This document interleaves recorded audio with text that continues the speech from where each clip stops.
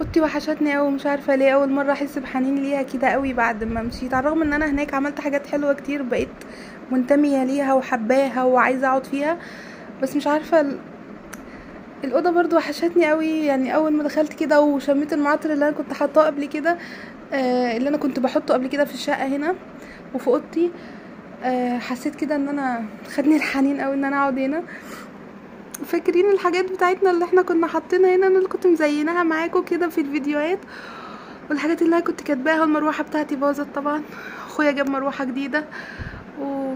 وسايب الستاره اللي انا كنت حاطاها على الباب لسه زي ما هي. استخدم حاجتي يعني وعاش حياته، بس يعني ما زالت روحي فيها برضو كده. يعني شايفين انا اللي كاتبه الحاجات اللي هي كاتباها، هو ما شالهاش لسه. بس دي كركبه عادي، ما تاخدوش بالكم يعني.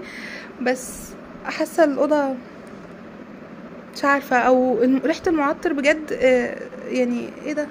مش عارفه. حبيت بس اشارك معاكم كده شويه لحظات من لحظاتي الحنونه يعني. او مش عارفه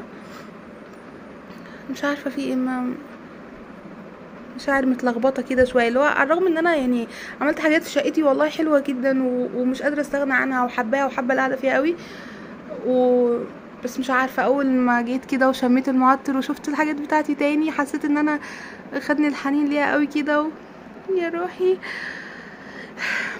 يلا يلا، ادعوا لاخويا عشان في ثانويه عامه صحيح. وشوفوا اول حاجه عملها جاب بن هنا كده، علشان ده النقاب بتاعي انا حاطه هنا علشان يذاكر يعني. فادعوا له ربنا ينفخ في صورته يا رب، وينجحه ويوفقه ويجيب مجموعه حلو كده يفرح بيه يا رب.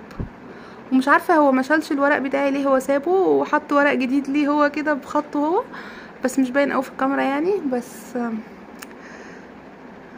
بحب انا قوي موضوع الورق المتعلق ده، بحس انه بيحمس الواحد دايما لحاجاته، بيفكره بنفسه اوقات لما يعني بيشجع دايما كده. يعني انا دايما كنت بحب اوي الورق ده، وكل ما يجي في بالي حاجه او اعدي بموقف صعب، على ما بقعد وعلى ما بهدى وكده، بحب ان انا اكتب حاجات كده تفكرني بيه. حتى الورق النوتس اللي انا كنت بحطها هنا هو ما شالهاش، مش عارفه محافظ على حاجتي كده ليه، بس هو ما شالهاش وبقى يزود يعني حاجات تانية. وحتى اللي انا كنت عاملاها بالكروشيه دي كانت عجباني قوي، كنت هاخدها ساعه ما كنت ماشيه، بس قلت هسيبها له وهبقى اعمل هناك حاجات تانية. وفعلا عملت حاجات هناك كروشيه حلوه قوي، عايزه اوريها لكم لما اروح. بس مش عارفه يعني، احساس برضو. انا ساعه ما كنت ماشيه ما كنتش ما قلتلكمش حاجه وما اتكلمتش كتير، لان اصلا كان فتره مشغوله قوي وكان في مشاعر كتير قوي، فما كنتش مركزه مع المشاعر دي كلها. بس بعدين بقى بتبداوا او انا بدات بعدين اخد بالي بقى من المشاعر دي ومن الحاجات دي. كنت عايزه اوريكم الورق ده قوي من قريب بصراحه، لان هو اكتر حاجه فيها مشاعر كتير قوي انا كتبتها في اوقات كتيره قوي.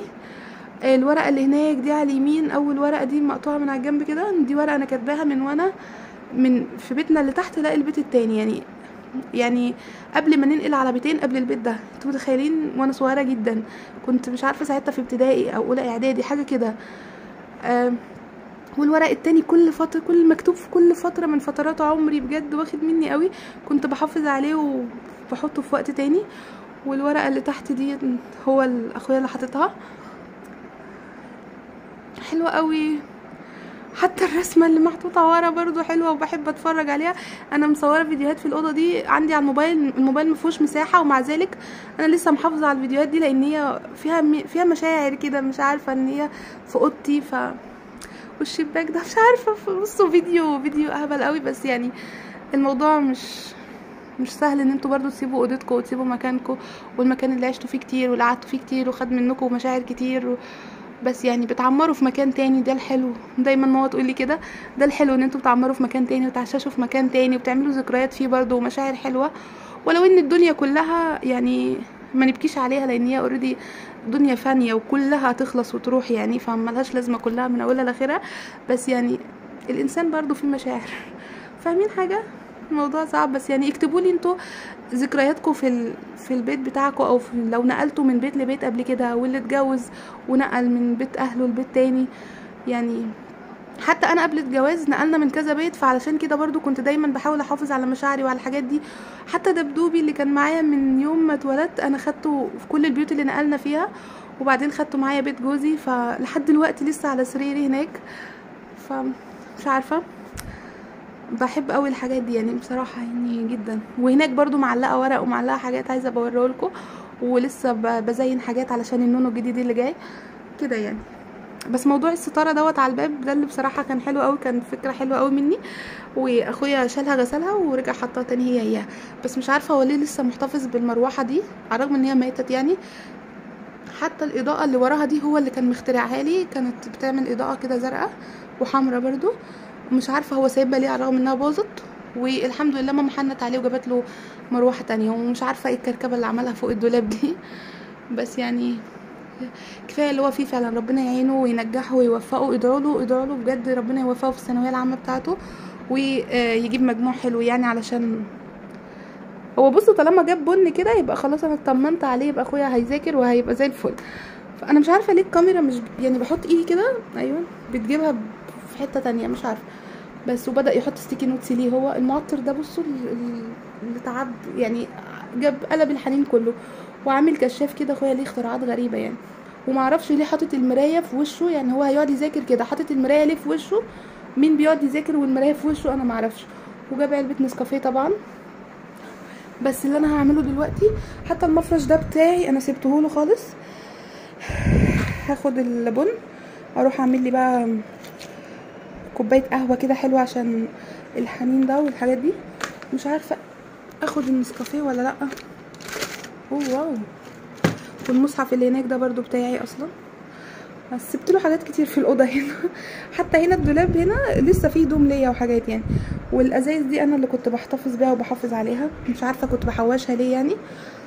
ف ده كشاف يعني هو عامله على اساس ان ده كشاف ينور له هنا كده عشان هو بيذاكر يعني. ربنا يوفقه وينجحه يا رب. ادعوا له كتير قوي يا بنات. ورحت اشتري نقاب جديد ما لقيتش نقاب عجبني، فرجعت لبست نقاب ده كان عندي بس اتبهدل شويه. من دلوقتي هغسله قبل ما اروح. وحاليا هروح اعمل قهوه. على فكره المفارش دي هي موجود منها كتير قوي. ده كان بينك كان حلو قوي لو تفتكروا لما اشتريته وريته لكم، بس حاليا باظ واتبهدل قوي لان هو اتوسخ. جيت انا اغسله بقى. لما جيت اغسله اللون بتاعه راح كده والمربعات بتاعته راحت، فهو مش حلو خالص يعني، مش عملي قوي، مش بيتنضف سهل يعني. بتهيألي في مفارش جودتها احسن من كده يعني.